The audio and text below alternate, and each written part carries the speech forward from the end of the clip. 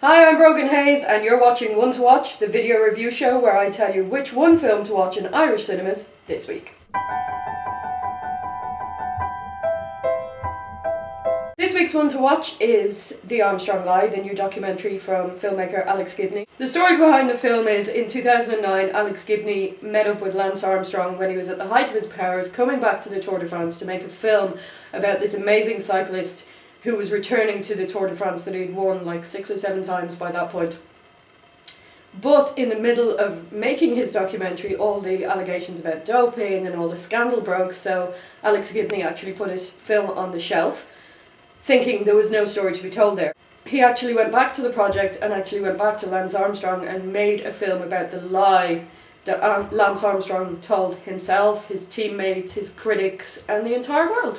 The really interesting thing about the film is the fact that this is a story that we know, but we don't necessarily know it from Lance Armstrong's point of view. Alex Gibney actually filmed with Lance Armstrong after the Oprah interview, so Lance Armstrong was a little bit more critical and a little bit more opened up about what he did, what he didn't do, and whether he believed what he was doing was right or not. As well as this, there's interviews with his teammates at the time, people who were critical of him. There's footage from press conferences where people famously tried to call him out and he twisted the question around.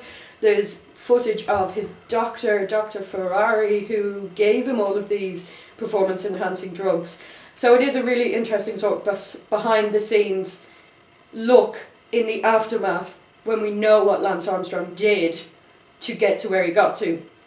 It's also interesting because it exposes the Armstrong lie, but it also exposes the fact that we were, as consumers of sports and consumers of Lance Armstrong's persona, we were so ready to believe and so delighted to believe in this romantic story of a cancer survivor who came back and won the Tour de France and went on to become the biggest name in cycling at the time.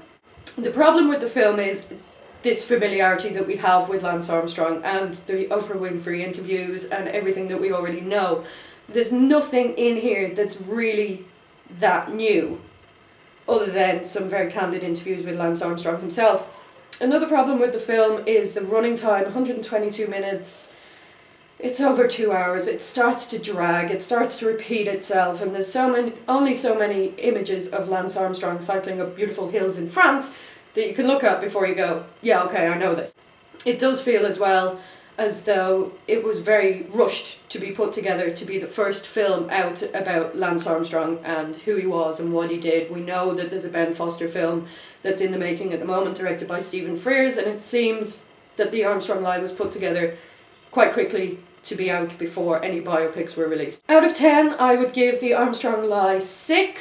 It's not a hugely revealing documentary. Like I said, we know a lot of what's already been said here, but it is really interesting a year or so later to go back and look at this story and this amazing lie that we all believed for so long. This week's One to Watch, The Armstrong Lie documentary by Alex Gibney, and until next week, I've been Brogen Hayes and this has been One to Watch.